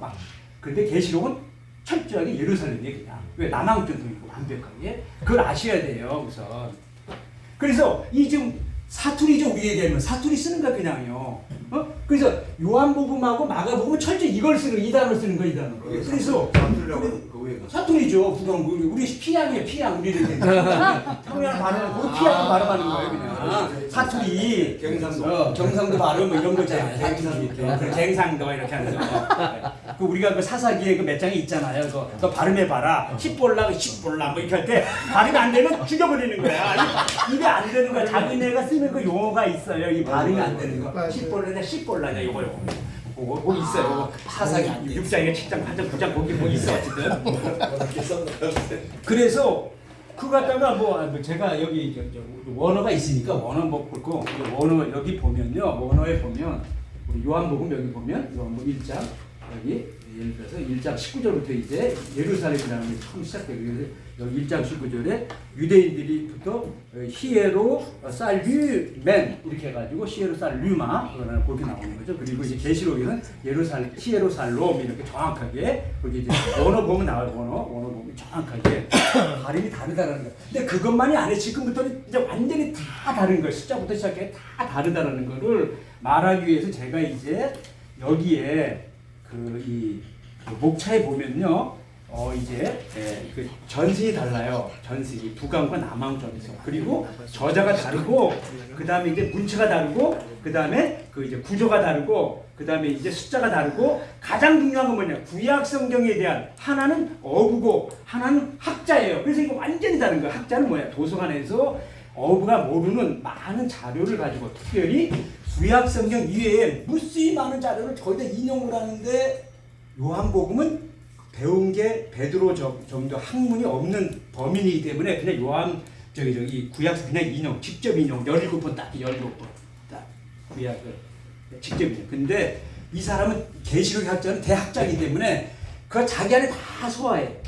구약 성경. 그리고 외경, 위경을 도서관에 다 끌어와.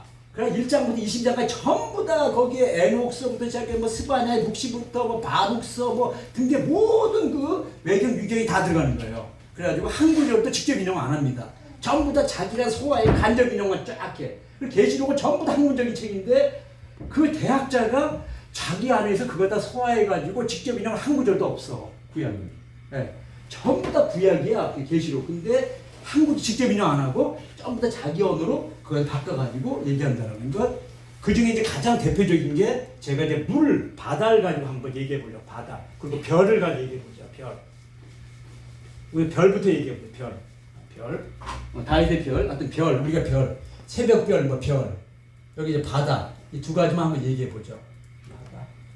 제가 이제 요한계시록을 연구하다가 그 사당동에 간 까치산이 있어요. 사당성 까치산이라고 있어요. 여기 화곡동 까치산 여기 있는데 요쪽 사당동에도 까치산이 있어. 그래서 제가 이제 이렇게 이제 책을 연구하고 쓰다가 이제 거기 가서 늘 이렇게 휴식을 취하고. 근데 너 있잖아. 여기서 내려가거든. 요한계시록에 별이라는 게 몇 번 나오는지 한번 세봐. 그러는 거예요. 그래서 내려와가지고 별을 세봤어. 그랬더니 계시록에 별이 14번 딱 나와요. 14번. 다윗이죠. 다윗의 별. 지금 요한복음은 자기가 늘 그 밤마다 그 배를 타고 별을 보면서 물고기 잡는 사람인데 이 지금 요한복음에는 별이라는 말이 안 나와. 별은 다윗의 남한국전투기인데 그걸 싫어해. 그러니까 별이 안 나와요. 별이라고 한마디도 안 나와.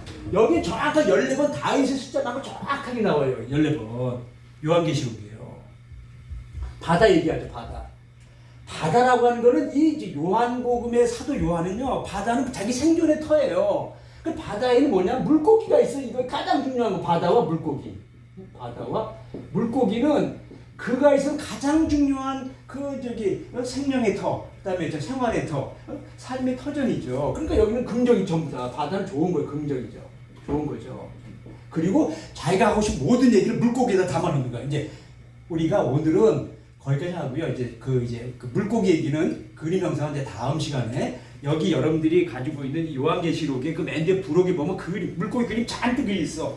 자기가 하고 싶은 모든 얘기를 물고기에 담아놔요. 요한복음. 근데 여기는 뭐냐? 물고기. 라는 말 자체가 안 나와. 갈릴리가 안 나와. 아무 관계없어. 진짜 제자란 말도 안 나와 여기는.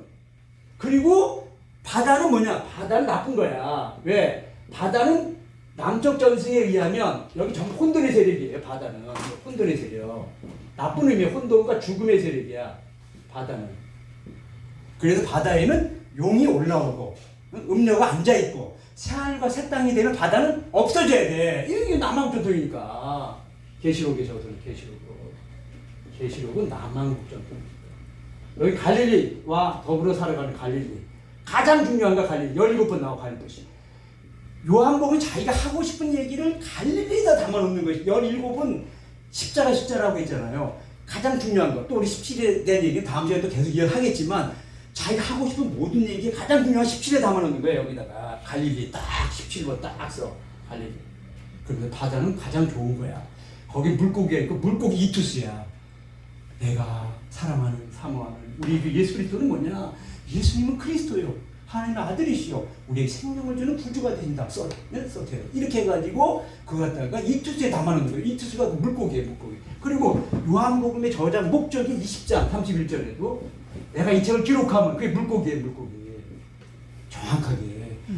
이투스에다가 자기의 모든 걸 담아놓는 거예요. 물고기. 근데 여기는 물고기란 말 자체가 안 나와요. 바울도 마찬가지야. 물고기란 말 자체가 안 나와. 제자란 말도 안 나와. 제자가 아니기 때문에. 자세히 나중에 또 하겠지만 바다는 무조건 나쁜 거야. 여기는요. 혼돈, 죽음의 세력이기 때문에. 응? 그래서 전승이 많이 다른 거예요. 그러면서 다음 시간부터는 또 성전에 대한 얘기를 해야죠. 북한국 사람도 성전을 싫어해. 그러니까 이 성전은 헐라 이렇게 돼 있고 여기 남한국 성전이 가장 중요해. 근데 로마 제국의 성전이 파괴됐어. 그러니까 엄청난 충격을 받은 거예요. 그래가지고 어떻게 하면 이 성전을 대신할 수 없을까? 성전을 대신할 수 없을까? 성전의 이야기로 요한계시록이 가득 차 있는데 성전은 없어 지금. 그러면 그 성전을 없는 상황에서 어떻게 성전에 대한 얘기를 풀어갈까 하다가 예수 그리스도가 성전이기 때문에 성전은 없습니다. 이렇게 하고 말아. 근데 성전은 대단히 중요한 거예요. 성전. 여기는 성전을 싫어해. 북왕국은 성전 자체가 남한국에 예루살렘이 있기 때문에 북왕국 사람들 싫어해요. 성전 자체를.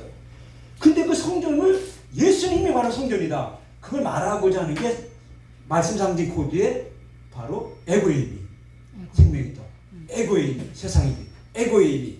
양이분. 이걸 해가지고 성전을 다 그렇게 다 대치하는 그 말씀을 이제 우리가 다음 시간에 해보기로 하겠습니다. 그래서 오늘은 우리가 이 성경을 해석할 때에 막연하게 하는 게 아니라 그 사람의 삶의 정황을 정확하게 아셔야만이 해석이 빗나가지 않는다는 거예요. 그래서 그 해석이 빗나가지 않는다는 걸 통해 가지고 이제 마지막에 내리고자 하는 결론이 있어요. 그 결론이 뭐냐?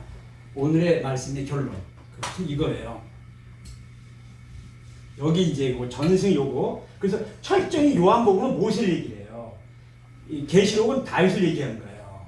그래서 여기는 뭐 다윗이 딱 한 구절 나오는데 그것도 이렇게 살짝 인용하는 거거든요. 여기도 무엇을 얘기 안 하는데 딱 하나 이렇게 안도가 되는 걸 딱 이렇게 넣는 거 이외에는 무엇을 얘기하지 않으려고 해요. 그래서 그런 얘기는 이제 다음 시간에 더 정확하게 하기로 하고요.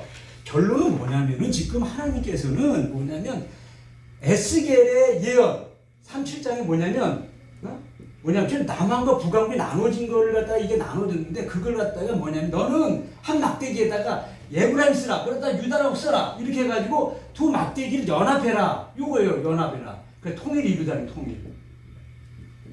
하나는 북한국 에브라임 남한국 유다를 해가지고 통일해라.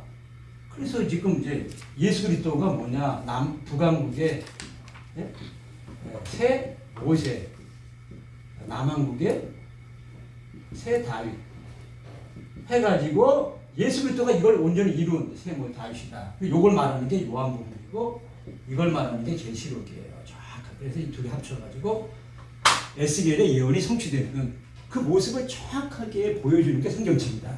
아, 이건 굉장히 중요한 얘기죠. 근데 이런 얘기까지의 깊이에 지금까지 우리가 알지 못하기 때문에 부분적인 공부를 했기 때문에 성경 전체의 해석에 빗나가는 역사.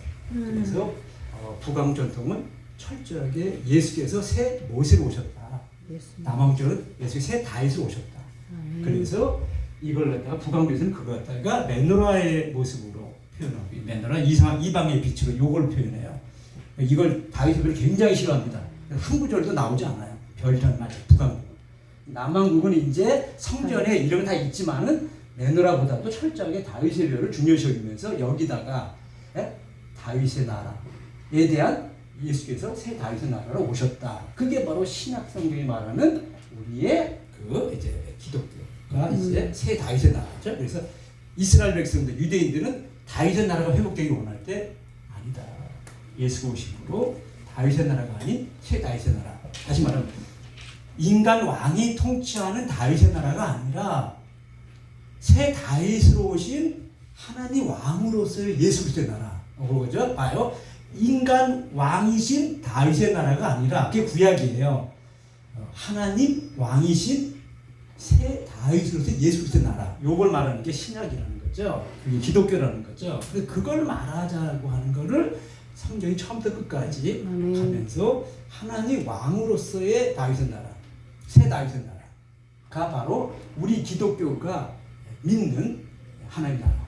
그걸 말하자는 거죠. 근데 구약 성경을 그대로 믿고 받아들이고 여호와 하나님만 믿고 있는 유대인들은 다윗의 나라가 다시 회복되길 바라는 다윗의 나라. 계속 그거를 강조. 인간 왕 다윗이 다스렸던 나라가 다시 회복됐으면 좋겠다. 근데 예수님께서 그거 아니야. 새 다윗으로 오신 나를 갖다가 너희가 이제 믿으면 드디어 이제 내 증인이 돼서 온 세상에 하나님 왕으로서 통치하는 그 나라를 너희들이 증인으로서 이제 성령 받고 나가서 그걸 전하라. 그게 이제 신약 성령이라는 것.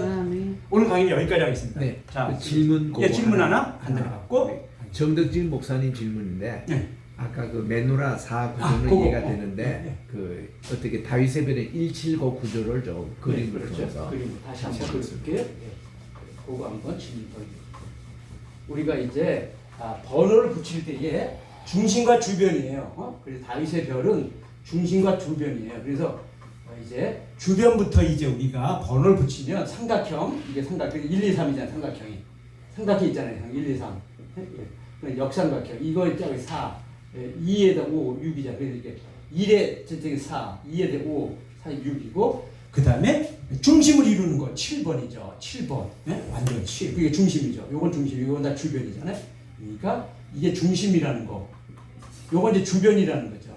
그런데 이거를 갖다가 번호를 이렇게 붙이면 번호를 그게 아니라 가운데부터 번호를 붙이면 이게 1번이고 이게 7번이 1번이죠. 그리고 2번, 3번, 4번, 2번, 5번, 3번 이제 이게 4죠. 2, 3, 4죠. 그 다음에 이게 6번, 이게 7이 된다. 그래서 이 지금 번호 붙이는 거는 성전으로 얘기하면 어느 쪽에서 봤느냐? 이쪽에서 보면 이렇게 보는 거. 그래서 시작을 이렇게 했다. 그럼 여기에 이게 뜰이에요, 뜰. 그리고 여기가 이제 이렇게 돼 있어요. 여기 해가지고 이게 이제 성소고 이게 지성소예요. 그래서 성소에 3개가 있어요. 메노라, 등잔대, 떡상, 분향단 이렇게 3개가 있어요. 성소에. 뜰에 3개가 있는 것처럼 3, 1의 구조, 3, 1의 구조. 그래서 3, 1의 구조, 3, 1의 구조. 정확하게 다이세벨이에요. 3, 1의 구조, 3, 1의 구조. 1이 가운데 중심. 법계가 있는 게 가장 중요해요. 법계 가장 중요하죠. 법계가 가장 중요해요. 3, 1의 구조. 근데 이걸 여기서 봤을 때 이쪽에서 보면 이게 동이에요. 여기가 이게 서예요. 이쪽이. 서에서 보면 반대죠. 이게 법계가 1번이죠. 법계가 1번. 예? 그리고 이제 2, 3, 4. 그 다음에 2에 대한 5고 3에 대한 3에 대한 6, 4에 대한 7 이렇게 해가지고 이렇게 보면 이게 1번, 법계가 1번, 2번, 3번, 4번, 5번, 6번, 7번이 된다는 거죠. 순서 바뀌는 거예요. 그래서 이렇게 되면 이제 1번과 7번이 같이 연결된다는 거예요. 처음과 끝이. 마치 메노라의 처음과 끝이 연결되는 것처럼 이렇게 연결되는 것처럼 양쪽 끝을 강조하는 구조. 끝을 강조하는 거예요. 끝. 그래서 7이 강조되는 1이 강조되는 맨 앞에. 그래서 7이 강조되는 구조는 1이 강조되는 구조. 그래서 이거 갖다가 우리가 문법적으로는 수미상관법이죠. 수와 미가 수가 머리고 미는 꼬리죠. 끝이 수미상관법이라고 하죠. 17이 이게 수미상관법이죠. 처음과 끝 수미상관법. 상관법이라고 해요. 문학적으로요. 문학적 수미상관법. 처음과 끝을 강조하는 구조. 이게 계시록의 구조예요. 메노라의 구조. 요거는 메노라는 가운데 4가 강조되는 이게 이제 요한복음의 구조는 메노라로 설정해요. 그래서 이방인의 빛으로서의 메노라 북왕국 이방인의 빛으로서의 메노라의 구조고 남왕국 전통인 요한계시록은 양쪽 끝을 강조하는 다이세벨의 구조로 되어 있다는 거예요. 다이세벨의 구조는 정확하게 되어 있다는 거를 요한계시록 거기다가 요한계시록의 구조를 써놓으면서 요한계시록은 뭐냐? 땅에서 양쪽 하늘에서 가운데는 전부 다 하늘의 얘기고 그래서 하늘에서 이루어진 뜻이 땅에서 이루어지다. 주기도문의 묵시문학적인 완성. 하늘에서 가운데 하늘에 이루는 것이 양쪽 땅에서 이루어진다. 양쪽 끝이에요. 양쪽에 2장 3장 21장 그래서 딱 이렇게 해가지고 주기도문이 이루어지는 거죠. 가운데 하늘에서 이루어진 뜻이 우리가 주기도문 하잖아요. 하늘에서 이루어진 뜻이 땅에서 이루어지다. 그 구조로 정확하게 되어 있는 게 계시록입니다. 주기도문의 구조로 되어 있는 하늘에서 이루어진 뜻이 가운데. 그래서 4장부터 19장까지 이게 가운데 하늘이에요. 하늘의 이야기예요. 계시록은. 그리고 양쪽 끝이 7교의 땅. 그것이 땅으로 내려와야 돼. 새 예루살렘 땅으로 내려옵니다. 땅이 이루고 땅. 여기 하늘이고. 그래서 하늘에 이루어진 뜻이 양 땅에서 이루어지다. 요한계시록. 그렇게 돼 있어요. 요한계시록. 주기도문의 모습으로 돼 있다는 거죠. 요한계시록의 구조가. 근데 이런 식의 이스라엘 유대인들이 가지고 있는 그 생각 속에서 지금 성경을 해석하지 않으니까 성경에 대한 피상적 얘기를 자꾸 관념으로만 자꾸 얘기를 하는 거예요. 그래서 그런 것들 하나씩 구체적으로 정확하게 왜 마태복음이 아브라함과 다윗의 후손 예수 세계다. 그래서 14대 제가 이제 다윗의 숫자거든요. 14대 해가지고 그 다윗의 얘기할 수밖에 없는 게 남왕국 전통이기 때문에 하는 거예요. 남왕국 전통이기 때문에. 이런 걸 우리가 알아야 이제 여기서 말하는 게 뭐냐. 예수께서 다윗의 후손으로서 구약 성경의 말씀의 성취다. 그렇게 하는 거예요. 근데 북왕국은 뭐냐면 다윗의 나라로서의 예수 그리스도의 오심에 대한 건 그 남왕 전통이고 우리는 그렇게 생각하지 않는다. 그래서 요한은 뭐냐면 그분은 땅 어디에서 태어나신 분이 아니라 그래서 나신 예수가 아니라 오신 예수다. 이거는 의미가 완전히 다른 차원이 다른 모습으로 북왕 전통의 사도 요한은 예수를 하나님이 오신 거로 그림으로써 남왕 전통을 넘어서는 놀라운 신학적 통찰을 요한복음을 통해서 보여줬다는 거죠. 북왕 전통이니까 성육신의 이야기로 그래서 이제 성탄절의 의미로서의 땅에서 나신 유다 지파의 다윗의 후손 오신 예수가 아니라 하나님이 인간이 되어서 땅에 오신 분으로 그림으로써 의미를 완전히 바꿔버립니다.